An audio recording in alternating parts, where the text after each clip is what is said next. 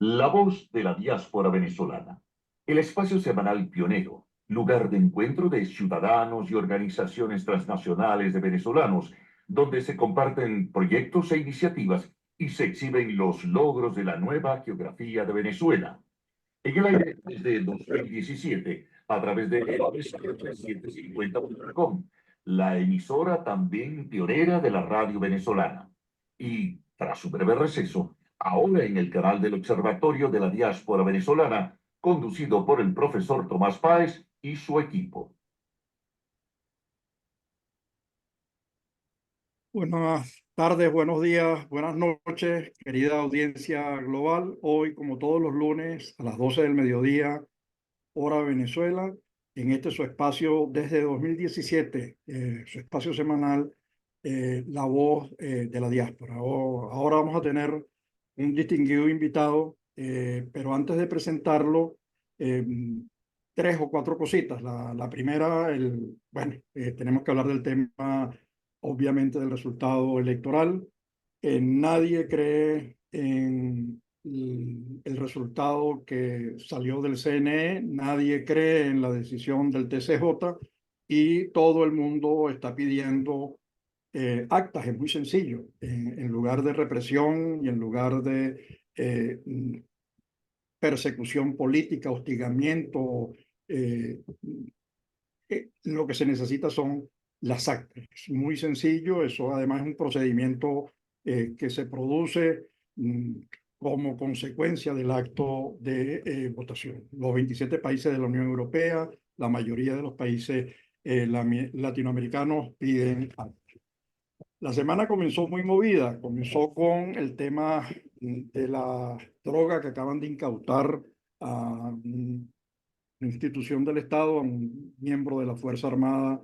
Eso no descalifica a toda la Fuerza Armada, ojo, descalifica a la persona que participa con unos cuantos centenares de kilos de droga, es decir, con unos cuantos centenares de miles de millones de dólares.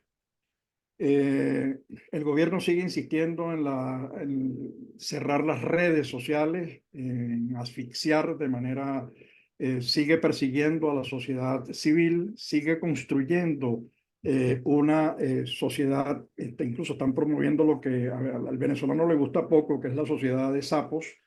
Y la última declaración, ahorita muy reciente, que acaba de salir de quien fuera rector hasta hace poco, pues no sabemos en qué situación está, del rector del Pino, cuestionando el resultado electoral, todo el procedimiento, la totalización, digamos, eso pone en jaque todas las decisiones que se han tomado. Creo que además vale la pena resaltar el papel valiente que ha desempeñado, se lo comentaba nuestro entrevistado hace muy poco, eh, quien fuera candidato, Enrique Márquez, que ha sido con una postura muy valiente. Incluso le rechazaron en el Tribunal Supremo de Justicia una recusación que hizo porque el Tribunal Supremo de Justicia se había pronunciado ya a favor de la decisión que había tomado el CNE. Si eso lo inhabilitaba porque ya era parte comprometida digamos que ha sido todo una cosa terrible. Pero para hablar de eso, vamos a hablar con una persona que sabe de eso, que conoce bien el tema. Él es Vicente Díaz. Vicente es sociólogo con varios posgrados en varias universidades del país, Universidad del Zulia, IESA. Al mismo tiempo, Vicente ha tenido una amplia experiencia gerencial en el sector privado, pero también en el sector de la sociedad civil, en fundaciones. Y además ejerció como rector del Consejo Nacional Electoral, y nadie más indicado para aclararnos lo que está en juego allí, la información que ha salido, que si hubo hackeo o no hubo hackeo, qué pasó con las actas. Entonces, que nos pueda explicar con nivel de detalle todo el procedimiento, lo que él ve, para después seguirle haciendo preguntas. Y antes de arrancar, solo decirle que queremos arrancar con el tema de la diáspora y terminar con el tema de la diáspora. La diáspora ha sido el gran ausente en este debate electoral. el CNE hizo todo lo imposible para que no se inscribieran los ciudadanos. Estamos hablando de 6.5 millones de votos más o menos, es decir, los 4.800.000 que ya estaban inscritos, los que tenían 18 años y no pudieron inscribirse, y los que tienen 18 años pero no tienen documentos de identidad. Todo eso hace una gran sumatoria que quedó al margen. Si se hubiesen aceptado e involucrado la participación de la diáspora, el resultado habría sido distinto. Vicente, mil gracias por este espacio. Sé que tienes una agenda más o menos comprometida, así que por favor, siéntete libre y arranquemos con esa pregunta. ¿Qué ha pasado? ¿Por qué no han salido las actas si es una cosa muy sencilla? Bueno, la primera cosa, Tomás, es agradecerte a ti por este espacio para comunicarse con la diáspora venezolana, que no siempre lo tenemos, y arrancar por la diáspora, como tú dices, ¿no? Y yo he sostenido cuando fui rector durante 9 años y después de esto, que la ley en Venezuela y el marco normativo modifica la Constitución y establece venezolanos de primera y venezolanos de segunda. En el caso de los venezolanos de primera, son los que viven dentro de Venezuela, que para ejercer sus derechos políticos solo necesitan de su cédula de identidad, vencida o no. En el caso de los venezolanos que viven en el exterior, les dan un tratamiento discriminatorio, porque para ejercer su derecho al voto, entonces no les piden que demuestre que tiene 18 años, que es lo que manda la Constitución, es el único requisito que pide la Constitución, y le exigen unos documentos adicionales que tienen que mostrar para demostrar que están viviendo legalmente en el país donde residen, ¿no? Una cosa insólita, porque el hecho de que yo viva legal o ilegalmente no cambia mi condición de venezolano. Entonces esa situación que ya venía en el marco normativo se complica por varias razones. La primera de ellas es porque Venezuela deja de tener relaciones diplomáticas y consulares con un conjunto de países, y entonces no se activan los mecanismos de actualización del voto, del registro y del voto en esos países. Y la otra es que ese derecho que lo regula el CNE, después lo administra en la práctica es la Cancillería, porque esa actividad se desarrolla a través de los consulados y de las embajadas, y quien maneja eso es la Cancillería, que entonces a discreción abren o no abren, cierran o no cierran, el funcionario va o no va, se echa a perder la máquina, no se echa a perder la máquina. Lo cierto de esto es que efectivamente hay una restricción real hacia el ciudadano venezolano que está en la diáspora. Y volviendo al tema inicial, que es el que nos atañe en este momento, que es el de los resultados, bueno, lo que publica Elvis Amoroso, que no lo publica, por cierto, lo anuncia de viva voz el día 28 de agosto, de julio, al final de la noche, o principios del 29, en la madrugada, unos resultados donde dice, bueno, el ganador es este, el perdedor es este, con estos porcentajes. Pero no anuncio más nada, ¿no? Y resulta que, bueno, para anunciar eso, yo tengo que tener, él tiene que tener, y el CNE tiene que tener la base de donde salen esos números. Es como si, yo he dicho por allí, que es como si el banco te presentara el estado de cuenta de tu cuenta bancaria y te dice, bueno, usted tiene tanto. Ok, yo tengo tanto, pero yo quiero saber cómo está ese tanto allí, ¿no? Yo quiero saber cuáles fueron los ingresos y los egresos para saber si lo que tú me estás diciendo se corresponde con la realidad de mis movimientos bancarios. Porque si no se corresponde, yo puedo objetar al banco y puedo decir, mire, me estás cargando unas cosas que no son. Pero si yo no tengo esos movimientos desglosados, yo no sé si lo que me está presentando el banco es cierto o no es cierto. No tengo por qué ponerlo en duda, simplemente que es que no lo sé. Y lo que está diciendo o lo que dijo el CNI no lo demuestra. Y la única forma de demostrarlo, según los propios procedimientos del CNI y según el propio cronograma de actividades que forma parte de la convocatoria oficial de las elecciones, el CNE tenía que haber producido a los 2 días de la elección la publicación de los resultados mesa por mesa, de manera que las actas que tienen los testigos sirvan para algo. La acta me sirve en la medida que yo puedo verificar, primero en la mesa, que el acta se corresponde con los votos emitidos, ¿no? Y con los votos verificados en la auditoría ciudadana que se hace a cada comprobante de votación en la mesa electoral. Pero en segundo lugar, yo tengo que verificar que lo que está publicando el CNE como resultado oficial de mi mesa en la página web del CNE, porque yo me meto y busco la mesa donde yo voté, se corresponde con lo que pasó en mi mesa. Bueno, ese paso no se dio. Ese paso no se dio. El CNE alegó que fue hackeado.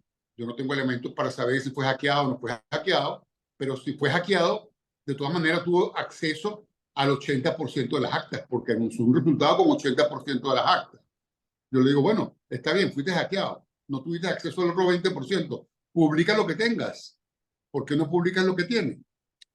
Entonces, tristemente, ese capítulo que venía desarrollándose con todo civismo, que fue el de las elecciones el día domingo, cierra con un anuncio de resultados sin que pueda ser comprobado por quiénes, por los candidatos que participaron, por sus equipos técnicos y por los electores. Y entonces hay un anuncio que no se publica tampoco sobre unos resultados que todavía no sabemos cuál es el origen de esos números publicados por el Consejo Nacional Electoral. Vicente, pero fíjate, tú acabas de introducir el tema hackeo, ¿no? Pero resulta que el hackeo tiene que ver con el momento de transmisión de la data, pero ya previo a eso, las personas y los testigos, y eso incluye al Plan República, a los testigos del gobierno, a los testigos de los distintos candidatos, ya tienen el acta en la mano, por lo menos de los tres más importantes partidos, ¿no? Los tres. Esa acta está en la mano, es decir, eso lo tiene todo el mundo. De hecho, lo tiene y lo ha mostrado la oposición, lo ha mostrado el ganador, el mundo. Entonces, ¿por qué me dice que el hackeo interfiere cuando tienes las actas en la mano todo el mundo? Es decir, no me queda claro dónde interviene el hackeo y cómo afecta el hackeo, que además tiene un doble sistema de control, ¿no? De transmisión de datos. Tú que eres experto, explícanos, por favor, porque no parece consistente el argumento del hackeo con el hecho de tener en la mano el acta de cada una de las mesas, ¿no? Bueno, justamente yo he dicho que el sistema de votación venezolano es invulnerable al hackeo. Y lo he sostenido reiteradamente. Eso se transmite a dos salas de totalización que están aisladas comunicacionalmente. Es decir, no hay acceso a ellas. No hay forma de entrarles a esa sala. De ahí no puede entrar ni salir nada que no sea la comunicación directa de cada máquina de votación, que por cierto, eso es como una cerradura con una llave. Cada máquina se tiene que comunicar con una puerta de entrada. La máquina 1 con la puerta de entrada 1. La máquina 1 no se puede comunicar con la puerta de entrada 8 o 10, sino con la puerta de entrada 1. Entonces, ese mecanismo, que es un mecanismo muy robusto, bueno, dice el CNE que fue hackeado. Ok, entendamos, pues, asumamos que sí, que fue hackeado. O al menos que no pueden publicar en la página, que la página le hicieron un ataque de denegación de servicio y no puede publicar. Bueno, pero es que el CNE dice, más allá de lo que tengan los candidatos y todo esto, el CNE sostiene el domingo que tiene el 80% de las actas en su poder, porque anunció un resultado con el 80% de las actas.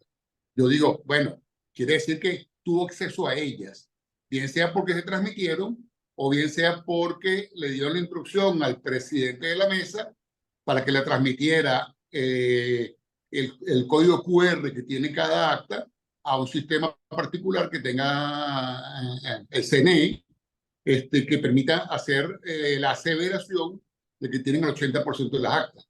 La pregunta es por qué justamente el CNE no publicó en su momento ese 80% y le da tranquilidad a los venezolanos de que ese resultado que está anunciando y que ha anunciado y que el TCJ ratifica que es el resultado oficial, y el CNE ya había dicho que es el resultado oficial, que generó la proclamación de Nicolás Maduro como candidato electo. Bueno, permíteme comprobarlo. Yo como ciudadano, yo como testigo de los partidos, Yo como candidato que participé en la elección, tengo que tener la oportunidad de verificar eso. Y eso se verifica justamente con lo que tú estás diciendo, que es la publicación de los resultados que tenga el CNE. Que tenga el CNE. Supongamos que otros partidos, que algún partido, que algún tercero tenga un resultado, unas actas en mayor cantidad. Bueno, pero es que está bien, pero lo que se pide al CNE es que publique con el 80%. Pero luego el CNE da un segundo boletín. El CNE da un segundo boletín donde dice que el resultado es 90 y pico por ciento, con el 90 y pico por ciento de las actas de cada mesa, el resultado de cada mesa, y con ese 90 y pico por ciento, bueno, certifica que efectivamente el resultado fue el que anunciaron. Ok, no pongamos en duda el resultado que anunciaron. Bueno, demuéstramelo, simplemente demuéstramelo, publícamelo acta por acta y mesa por mesa. Públicamente mesa por mesa, como ha hecho el CNE toda la vida con las elecciones presidenciales. Eso está en la norma, eso está en la tradición y eso está en las capacidades técnicas del CNE. Y aunque se hubiese caído la página web por ataque de negación de servicio, aún en ese caso, bueno, hay otros mecanismos. Tú puedes crear, Tomás, una página web en un momento determinado y la creas de un día para otro. O la publicas en alguna otra página oficial del Estado venezolano notificando que se está haciendo eso por razones circunstanciales. Es decir, hay varios mecanismos para hacerlo, pero eso no se ha hecho. Y de hecho la sentencia que decide el TCJ, después podemos entrarle a la sentencia, entre otras cosas le da la orden al CNE de publicar resultados en Gaceta Electoral. Es decir, no es que le dice que no lo publique, le dice públicalo. Ahora, no dice que no lo publique también en la página web. Lo que le da la orden es públicalo en Gaceta Electoral. Tendría que publicarlo de aquí al jueves, máximo. Porque es lo que manda la ley y la propia instrucción que le da el TCJ. Yo espero que el CNE, asumiendo sus competencias institucionales, su mandato legal y constitucional y las instrucciones del TCJ, efectivamente publique resultados en Gaceta Electoral. Pero no es que vaya a publicar resultados ese que anunciaron, sino resultados desglosados por estado, por municipio, por parroquia, por centro y por mesa. Ahora fíjate que todo el mundo está pidiendo, son pocos los países y pocos los amigos del gobierno internacionalmente, unos que guardan silencio y otros que se han manifestado apoyando la decisión del CNE. Son los países que dicen, mire, yo no estoy dispuesto a aceptar la decisión del TCJ, yo quiero ver el papel, el acta, los números, el resultado mesa por mesa. Yo no puedo apoyar a un gobierno, reconocer a un gobierno que utiliza un CNE que manifiesta una información sin mostrar pruebas, así como Twitter que corrió. Bueno, si cantas bingo, muestra el cartón, ¿no? Si tú dices que ganaste el premio, no te van a pagar el premio si tú no muestras el número. Entonces, esto es más o menos lo mismo. Y resulta que entonces, valiéndose de la relación con el TCJ, hacen un peritaje que es casi secreto. A mí me recuerda a la película de vaqueros antiguas, ¿no? Porque la gente iba con una mascarilla para que no lo reconocieran. Hacen un peritaje porque ni siquiera hablan de auditoría. Dice, bueno, un peritaje es decir que sí tienen las actas, pero si la gente lo que está pidiendo las actas, ¿por qué no muestra las actas antes incluso de ir al TCJ? Es toda una que uno no sabe, empiezan las dudas, la desconfianza ya, que es inmensa, la desconfianza en relación a si estas actas son inventadas, si las máquinas, empieza todo un juego de argumentos que hace difícil creer que lo que muestre el CNE, si lo logra mostrar, vaya más allá de ser los números gruesos, es decir, que por mesa no lo va a poder mostrar porque la gente sabe por quién votó, pero lo sabe el Plan República también, lo saben los testigos del gobierno. Digamos, cada uno de ellos tiene los datos en la mano. Entonces, ¿cómo poder burlar Esto cuando la gente te está diciendo, de acuerdo a los resultados que se manejan, es, mira, no te queremos en el gobierno, hay un divorcio absoluto. Esto es un divorcio de marca mayor, porque si tú le sumas al 70% que votó a favor de una opción, la mayoría que está de ese tercio que está afuera, que también votó a favor de esa opción, estamos hablando de que nadie quiere que usted siga en el gobierno y sin embargo se empeña en seguir en el gobierno. ¿Cómo manejamos esa situación? Porque pareciera que patearon la mesa y quieren imponerse por la vía de facto como gobierno, no quieren la alternancia, no quieren reconocer que perdieron, no quieren admitir que son minoría y están matando incluso su propio proyecto político.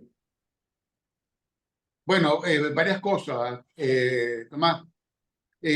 Primero que desde el punto de vista jurídico, estrictamente jurídico, en el marco constitucional y legal de Venezuela, efectivamente las decisiones del TCJ son inapelables. ¿Sí? Jurídicamente no hay otra instancia por encima del TCJ que pueda revisar y enmendar una decisión que no sea adecuada de parte del TCJ. Ahora, el hecho de que sea inapelable no quiere decir que no pueda ser cuestionada, que uno no pueda tener objeciones a esa decisión. Pero desde el punto de vista práctico, son inapelables, son un hecho. A uno le guste o no le guste, así funciona.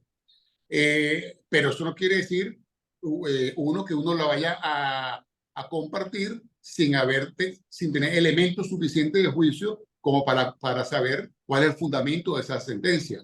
Una cosa que llama poderosamente la atención, yo no sé por qué cuando uno dice llama la atención siempre le agrega el poderosamente, pero es como un mal hábito.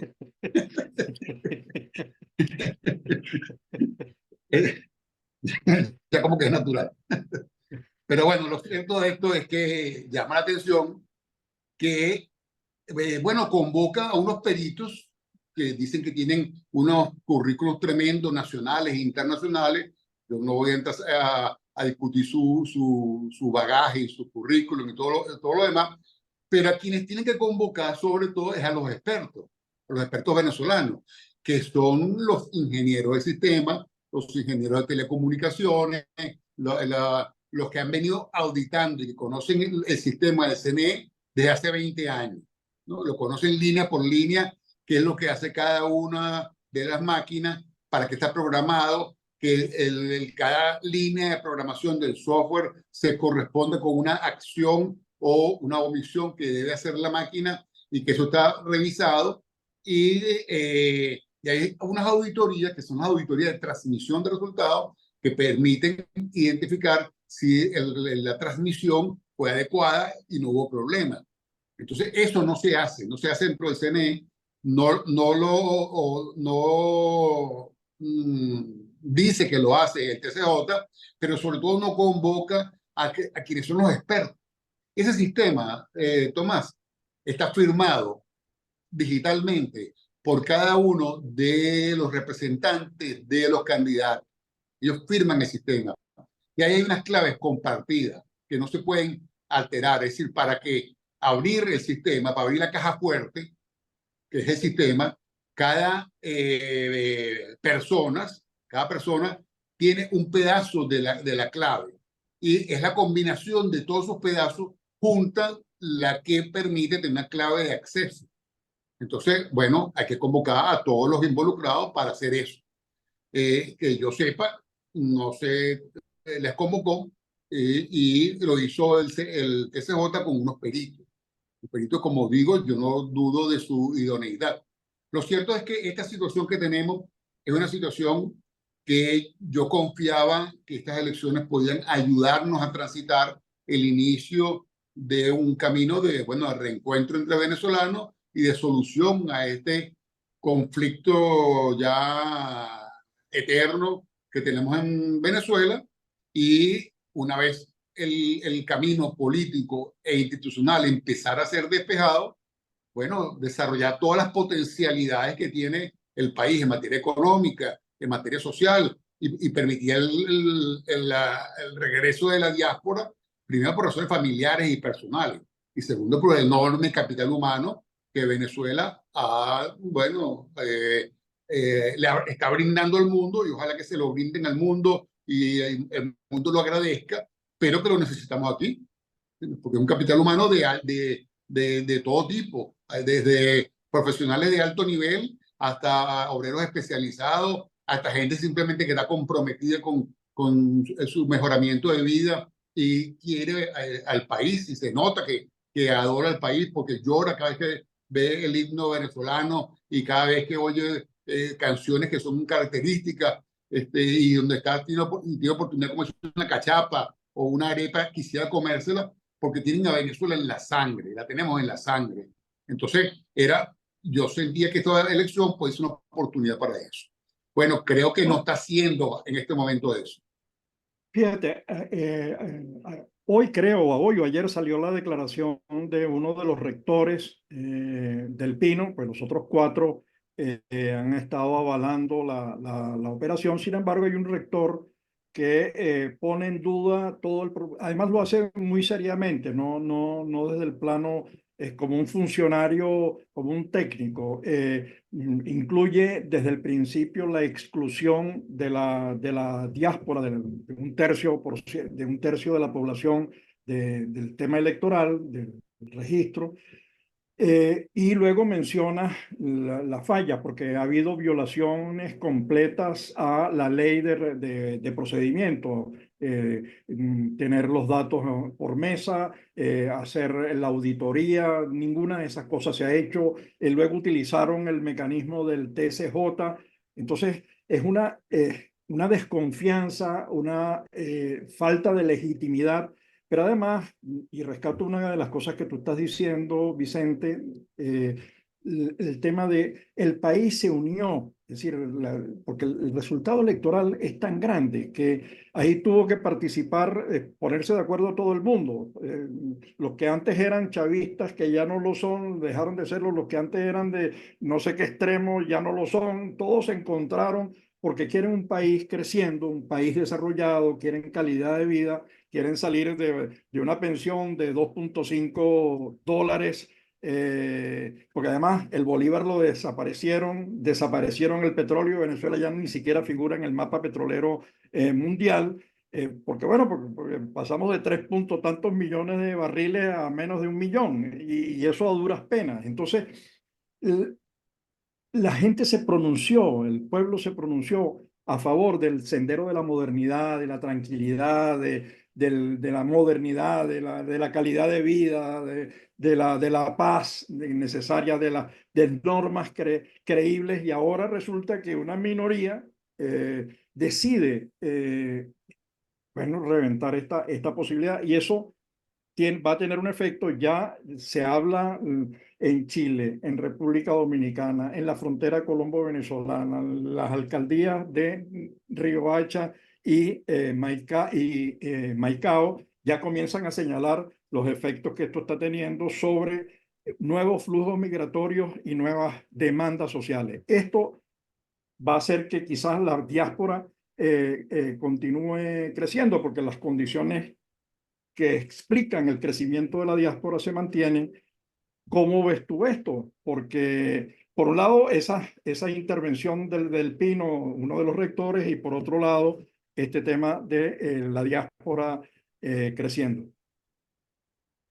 Bueno, hay varias cosas allí, Tomás. La primera es que efectivamente yo leí el comunicado que produce Del Pino. Me parece un comunicado donde señala algunas cosas que son previas a la elección, donde señala algunas cosas que le pareció y que eran inadecuadas, pero él ratifica que él se levanta en la mañana con optimismo porque piensa que la elección va a ir adecuadamente, ¿no? Porque apartando algunas cosas que tuvieron que ver con las postulaciones y con, bueno, algunos de los abusos típicos que hay en las elecciones venezolanas, donde compite un candidato, no contra otro candidato, sino contra el Estado, que ya es por sí la hace una elección desequilibrada.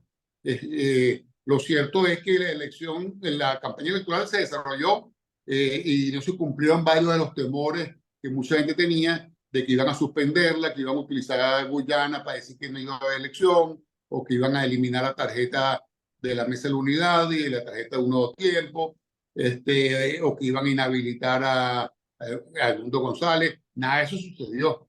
Es decir, que llegamos al día de la elección con unas condiciones, bueno, hasta mejores que en muchas otras oportunidades. Yo que me tocó vivir tantas elecciones. Y sin embargo, bueno, pasó lo que pasó. Pasó que se presentó un resultado, que ese resultado no ha sido soportado. No fue soportado el 28, no fue soportado cuando emitieron el segundo boletín y no fue soportado en la decisión del TCJ. Todavía hay una oportunidad para que sea soportado. Cuando digo soportado, es publicado, como ya hemos reiterado aquí, publicado mesa por mesa para que se pueda verificar lo que están diciendo.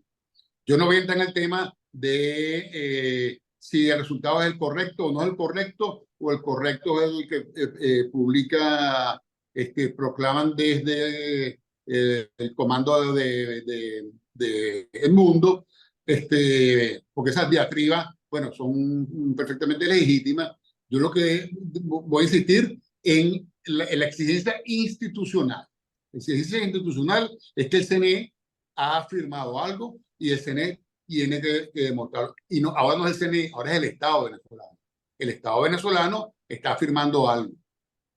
Por cierto que en la decisión del TCJ le pasan la pelota y exhortan a la Fiscalía para que investigue la publicación de unas actas en la página web que publica, creo que se llama Resultados en Venezuela o algo así, donde publican unos resultados diferentes a lo que publica, a los que anuncia el CNE, y muestran allí un conjunto de actas. Entonces, abren una investigación y citan para el día de hoy a Edmundo González Urrutia para que se presente. Yo recordaba en un tuit que en el 2013, cuando se publicó, cuando hubo la controversia alrededor del triunfo de Enrique Capriles, que la diferencia fue de unas cuantas decenas de miles de votos, y efectivamente allí hubo una controversia pública. En esa controversia pública, como estaba la controversia, yo dije, bueno, yo estoy aquí y me presento para exigirle al CNE y a mis colegas del CNE que le hagamos una auditoría al 100% del material electoral. Y le hagamos una auditoría y revisemos a fondo el material electoral, no porque dude del resultado, sino porque hay que darle tranquilidad a la familia venezolana. Hay que darle tranquilidad a la familia venezolana y verificar que esos resultados sean los que se están diciendo. Bueno, el PCV, por su propia cuenta, agarró todas sus actas y las publicó en la página del PSUV. Bueno, nadie lo investigó por eso, porque lo que dice la ley es que no se pueden publicar resultados antes de que el CNE publique su primer boletín. Pasado el primer boletín, cada una de las partes dice lo que tenga que decir. Si eso no coincide, bueno, entonces se impugna. Pero, bueno, ese sector de la oposición publica sus resultados. Bueno, entonces ahora están investigando a El Mundo por un resultado que tenía el derecho de publicar, si es que fue el que lo publicó, en primer lugar, y en segundo lugar, con el precedente que el propio partido oficial ya lo hizo en el 2013. Entonces la investigación debería incluirlos. Y finalmente han dicho que esas actas son falsas.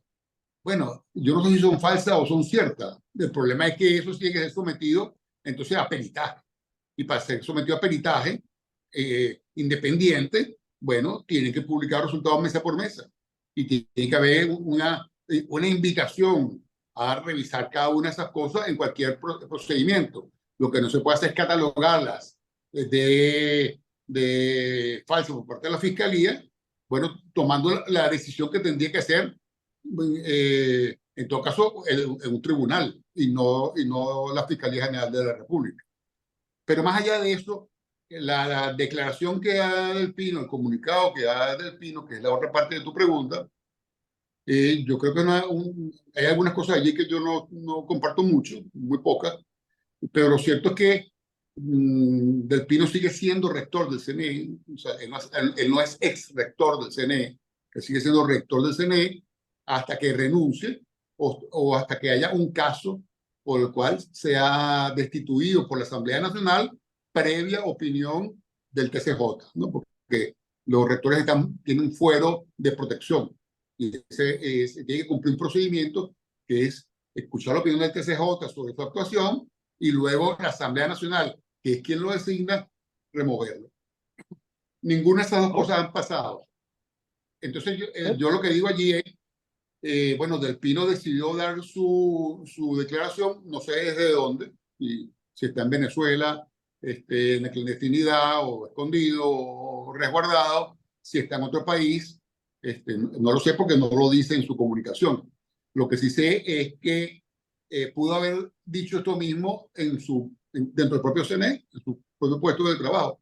Creo que lo que está diciendo él no es un atentado contra la institucionalidad, sino que está pidiendo él es que se revise los procedimientos y que se cumpla con lo que no se ha cumplido, las auditorías que faltan y la publicación de resultados mesa por mesa, que es lo que debe pasar. Claro, que es lo que está pidiendo además, lo está pidiendo México, lo está pidiendo Brasil, lo está pidiendo Colombia, lo está pidiendo todo el mundo, lo está pidiendo los 27 países de la Unión Europea, todo el mundo, las Naciones Unidas. Por favor, muestren las actas. Además, es una forma de bajar tensión, es una forma, mira, si ganó, ganó y si perdió, perdió, pues y ya está. Pero tienes con qué demostrarlo, ¿no?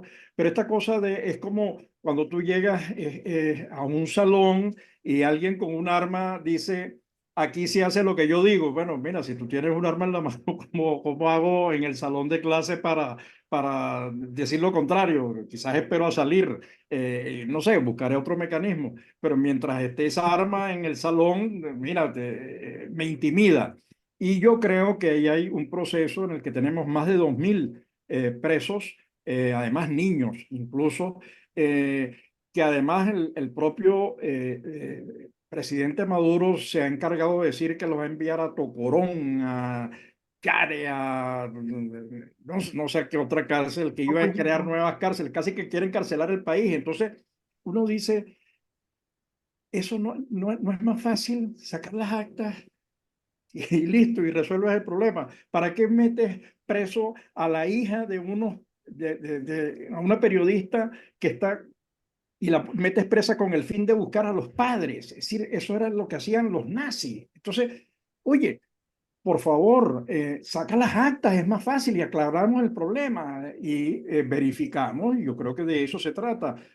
Entonces, teniéndolo tan papayita y no haciéndolo, empiezan a surgir dudas y desconfianza, que ya hay bastante, que es no estarán pensando en burlar las máquinas, no habrá acuerdo y empieza toda la teoría de la conspiración. ¿Tú crees que es posible, y eso te lo pregunto como especialista antes de pasar a una última pregunta sobre el tema de la diáspora que dejaste por allí? ¿No crees que es posible burlar, crear como unas actas ficticias alrededor de esto o esto es paranoia? Bueno, Tomás, como tú bien dijiste al principio, yo soy sociólogo y no informático. Yo tengo una cierta vocación por el mundo tecnológico y soy un fanático del tema tecnológico y trato de investigarlo, pero a años luz de cualquier experto en el tema, ¿no? Pero conozco bastante bien el sistema, ¿no? Conozco bastante bien el sistema porque justamente por no ser experto, lo primero que hice cuando llegué al CNE, yo estuve 9 años como rector, lo primero que hice cuando llegué al CNE es dedicarme a entenderlo para poder cuestionarlo. Inclusive, te digo, cuando yo entré al CNE, una de las cosas que tenía en mi cabeza como propósito era el objetivo de pelear para regresar al voto manual, ¿no? Con la creencia que tiene mucha gente que el voto manual es más seguro y todo lo demás. Bueno, al conocer el sistema, al ver cómo funcionaba, al ver los resultados de años anteriores y ver los resultados en los centros donde se votaba con máquina de votación y en los centros donde se votaba con acta manual, las diferencias que eran abrumadoramente más favorables en las mesas manuales a los resultados oficiales del Estado, que aspiraba el Estado, y conociendo la robustez del sistema, bueno, me convencí de que el mejor sistema para Venezuela es el automatizado y siempre he sostenido que no hay forma de que ese sistema se altere y que se produzcan resultados que no se corresponden con la realidad sin que nos demos cuenta. Bueno, esto que decía en esa época lo sigo manteniendo, lo sigo manteniendo. No hay forma de que se alteren los resultados sin que nos demos cuenta. ¿Por qué? Porque es que hay demasiados mecanismos de control, tanto de rastros en papel, como de cadena de garantía, como de blindaje de software y de actualización y todas estas cosas que hacen prácticamente imposible hackear o cambiar los resultados del sistema sin que nos demos cuenta. De manera que yo no veo el mecanismo técnico por el cual se pueden cambiar resultados. Tampoco estoy diciendo con esto que quieran hacerlo o no quieran hacerlo, simplemente que no sé cuál es el mecanismo técnico. He conversado inclusive con expertos en esto que han participado desde hace 20 años en estos procesos de revisión y auditoría y son duchos en la materia y me han ratificado que esto es literalmente imposible, ¿no? Entonces no creo que sea posible que se inventen unas actas y unas cosas, porque hay demasiados elementos de seguridad en esto. Eso es como un billete de dólar, ¿no? A lo mejor puede haber un falsificador, pero no aguanta una experticia técnica. Claro. Entonces, esta es más o menos la visión que tengo. No te escucho. Ahora sí. ¿Me escuchas? Sí, ahora te escucho. Sí. Ok, no, fíjate, tú decías, se tomó la decisión, ahí hay de continuar esto por el sendero que comenzó a establecerse el 28 con la declaración. Estamos garantizando que el país se aísle, que al país le van a creer muy pocos, que la inseguridad jurídica va a seguir creciendo, que las inversiones no van a llegar. ¿Por qué? Bueno, porque en un contexto como ese es muy difícil garantizar crecimiento, garantizar calidad de vida. Eso significa el sendero del atraso, el sendero de la destrucción del país, el sendero bueno, sí, además el sendero del éxodo, ¿no? Entonces, un país que no tiene reservas internacionales, que tiene unas deudas que no puede honrar, más de 160.000 millones de dólares en deuda, que por aquellas expropiaciones que se hicieron, estamos pagando 22.000 millones de dólares que van a ir contra algunos de los activos del país. Es decir, que el país se va a quedar, bueno, a niveles casi que principios del siglo pasado, donde Venezuela era, en términos de ingreso per cápita, uno de los países más pobres de Latinoamérica. Y un país que le está diciendo, queremos modernidad, un país que la mayoría dijo de una determinada manera, queremos un cambio en paz, además por la vía no sangrienta, que es la vía del voto. Yo creo que la importancia de la democracia y la importancia del voto es que permite cambiar gobiernos sin que ello implique sangre alguna. Esto está se está deslegitimando el gobierno, se está aislando, se está imponiendo por la brava, digamos, sin las actas que son necesarias para demostrar que, mira, yo gané y aquí estoy, quieren ganar el premio sin mostrar el cartón, quieren ganar la lotería sin mostrar el número. Entonces, esto creo que va a incrementar disparar el éxodo, porque se mantienen las condiciones y de manera agravada que explican la decisión de 9 millones de venezolanos que hoy están esparcidos en 90 países en el mundo. Bueno, Vicente, no sé, algunas palabras para cerrar, alguna esperanza, ¿qué hacemos? Yo quiero hacerle Dinos. una pregunta, Vicente. ¿Cuál sería? Yo vivo acá en Argentina y explicándole a gente de acá, me decía, es que no entiendo cómo puede pasar eso, ¿no? Y la explicación se me ocurre a mí, le digo, es como si tú fueses profesor, hiciste un parcial y dictaste las notas y nunca le diste el parcial a los alumnos para que vieran digamos, en qué se equivocaron o ni siquiera pensar en una posibilidad de revisión de nota, ¿no? Simplemente las dictas y tú tienes la voz, ¿no? Y una persona que me dijo, eso pareciera como un mensaje de total impunidad, es decir, yo tengo la razón, yo tengo la última palabra y se va a hacer esto que hago, ¿no? Y me decía, ¿qué puede hacer la sociedad venezolana o el pueblo para combatir eso? Porque sigue habiendo adentro, afuera, como decimos nosotros, en la nueva geografía y en la vieja geografía, una sensación de esperanza, pero no de esperanza, digamos, como fe, sino de una confianza de que tiene que llegar a un resultado y no se puede imponer de alguna manera. Entiendo además, y creo que es interesante que la gente escuche esa explicación técnica, porque hay muchos rumores, como decía Tomás, ¿no? La idea de fraude, si nos pueden hacer fraude, y además que era algo que se hablaba siempre en Venezuela, el tema del fraude y de las máquinas.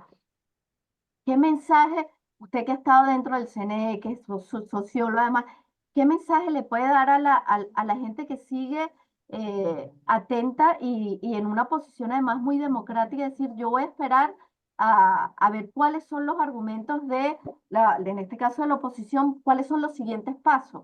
Es decir, hay una esperanza, porque hoy, un mes casi después, seguimos hablando del tema, sigue estando en boga y desde una perspectiva más allá de toda la realidad, yo creo que optimista. No sé cómo lo ves. Bueno, sí, tú sabes que yo soy, como decía Tomás, sociólogo. Dijo una cosa al inicio que no son tan ciertas, que es que tengo varios posgrados. No, tengo varios posgrados iniciados y no concluidos. No me atribuyo cosas que no tengo. Lo cierto de esto es que yo tengo la actitud de un agricultor, ¿no? Y es que el agricultor siembra, bueno, confiando con que no le va a caer peste, un parásito al cultivo, o no va a llover en exceso, no va a haber sequía en exceso, que le va a llegar agua al cultivo, y bueno, y siembra con su mejor intención, trabaja con su mejor intención, pero siempre puede pasar algo que le destruya sus esperanzas. No, entonces yo en esto soy como un agricultor, yo siempre tengo esperanza. Yo creo que aquí la solución tiene que pasar por un acuerdo y una negociación, primero entre los venezolanos, ¿no? Alguien me dirá, bueno, pues salió ya otra vez este tonto con su tema de la negociación, porque es que hay otros que están esperando, bueno, que vengan los marines y esa pila de tontería, y hay otros que dicen, no, entonces lo que hay que invocar es el 350 y desconocer las instituciones. Ajá. Y yo lo que digo en estas cosas es que, uno, hay que irse siempre por el camino institucional, uno asuma que va a funcionar o no, no importa, pero hay que irse por ese camino. Porque cada vez que tú transitas el camino institucional, en cada institución hay seres humanos, y quienes la dirigen son seres humanos que se levantan en la mañana, van a hacer sus labores de higiene, se tienen que ver en el espejo, y al verse en el espejo van a ver reflejada una imagen. Esa imagen de ese ser humano tiene que decirles que están actuando bien, y si no están actuando bien, deben sentirse probablemente con vergüenza de verse en el espejo. Entonces, hay que poner a las instituciones, a que todos los seres humanos que coexisten y las conforman, a pasar por eso, a que sepan que lo que están haciendo está bien o no está bien, se corresponde con la paz y los intereses de la nación o no, primero. En segundo lugar, la sentencia dice que hay que acatarla. Efectivamente, la sentencia hay que acatarla. Me parece una tremenda tontería alguien que salga a decir, no, la sentencia no hay que acatarla. Sí, ¿cómo que no la vas a acatar si es que es el máximo tribunal de la República? Ah, que no me gustó, que yo pienso que es nula. Cada uno podemos pensar lo que sea sobre la sentencia, pero lo cierto de eso es que jurídicamente tiene validez y las instituciones la van a hacer cumplir. Entonces aquí hay que actuar con creatividad e inteligencia. Y creo que lo importante en esto es buscar una solución política. ¿Por qué?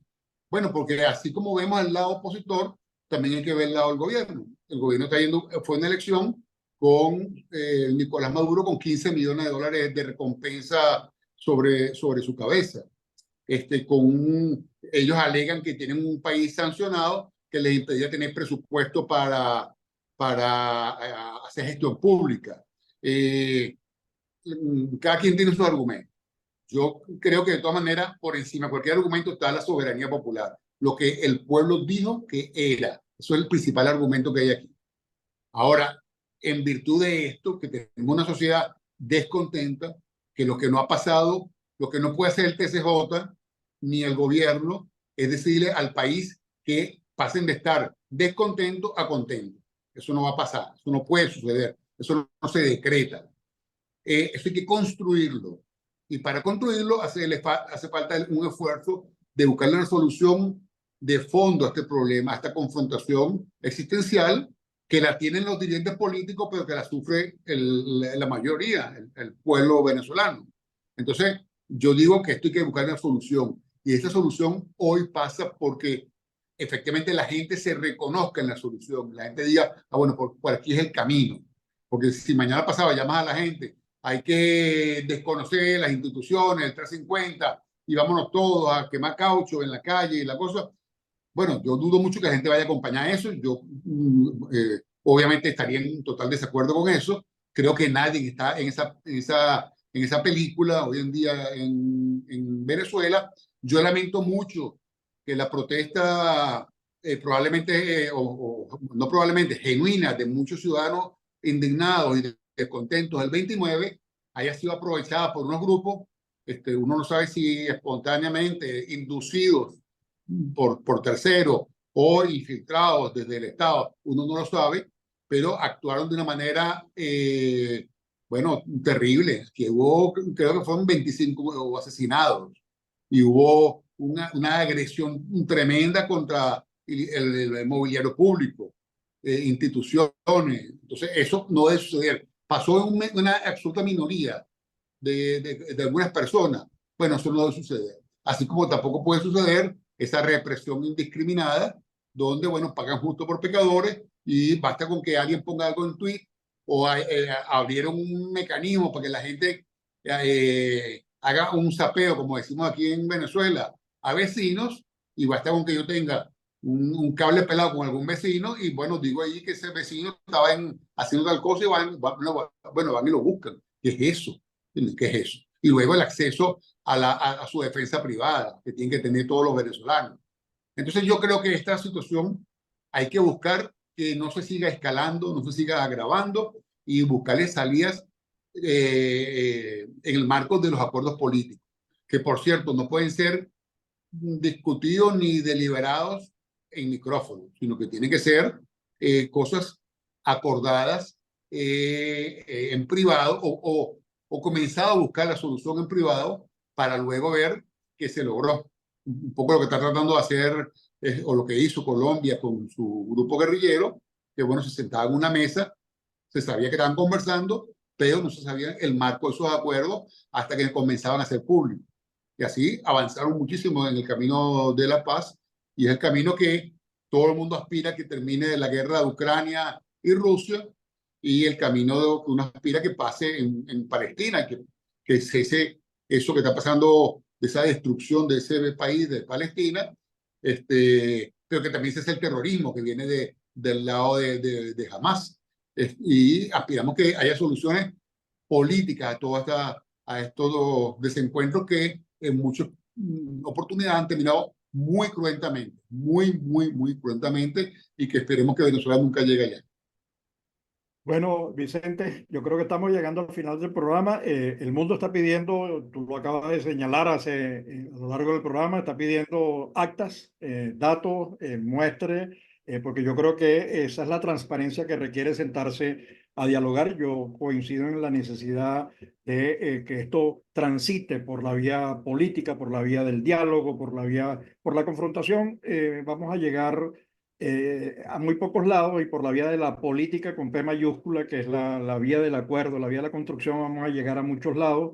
La demostración que hubo en el mundo, yo estuve en ese momento, estaba en Francia, pero después estuvimos en Bélgica, la demostración que ha habido en el mundo ha sido contundente, haciendo un llamado a, por favor, muestren muestren las actas están, las actas las tiene la gente, es muy sencillo y sobre esa base yo creo que es posible iniciar un diálogo y el proceso de transición reconociendo el voto que todo el mundo sabe.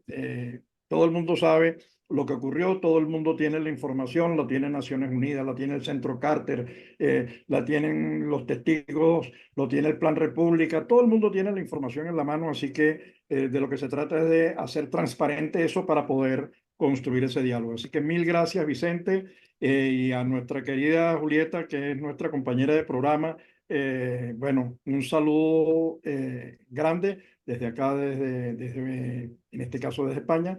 Y a nuestra querida audiencia global, nos seguimos viendo en este su espacio todos los lunes a las 12 del mediodía, hora Venezuela. Mil gracias. Gracias. Muchas Gracias a gracias ustedes. por la entrevista. Feliz tarde.